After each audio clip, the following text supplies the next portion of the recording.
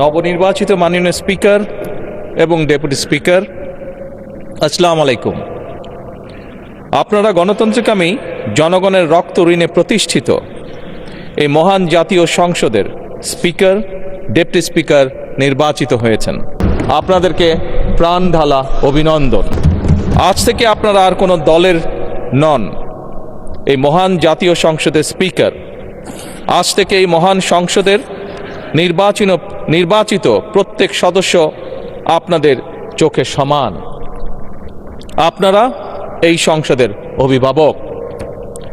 মাননীয় স্পিকার, গত 1.5 দশকের বেশি সময় ধরে সকল গণতান্ত্রিক রাজনৈতিক অধিকার কেড়ে নিয়ে জনগণকে দুর্বল জনগোষ্ঠীতে পরিণত করা হয়েছিল।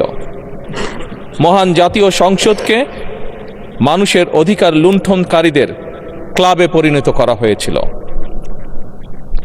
বিগত 1.5 দশকে যারা নিজেদেরকে এমপি পরিচয় দিয়েছিল তারা কেউ জনগণের ভোটে নির্বাচিত ছিল না, কিন্তু আজ এই সংসদে জনগণের সরাসরি ভোটে নির্বাচিত জনপ্রতিনিধিদের সংসদ। আজকের এই সংসদ বাংলাদেশের জনগণের সংসদ।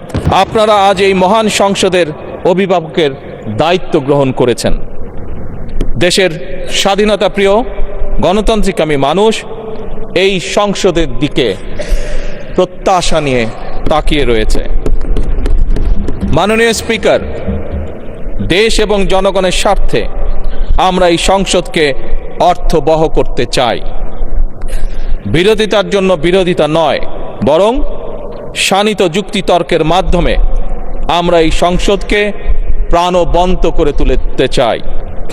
এই ক্ষেত্রে আপনাদের ভূমিকা সর্বাধিক। এই সংসদের সদস্য হিসাবে জাতীয় সংসদ পরিচালনায় আমরা আমাদের পক্ষ থেকে আপনাদেরকে সর্বোচ্চ সহযোগিতা করব ইনশাআল্লাহ। আপনাদের এই নতুন ভূমিকার জন্য সকল সংসদ সদস্যের পক্ষ থেকে আবারও আপনাদেরকে জানাই শুভেচ্ছা, অভিনন্দন এবং ধন্যবাদ।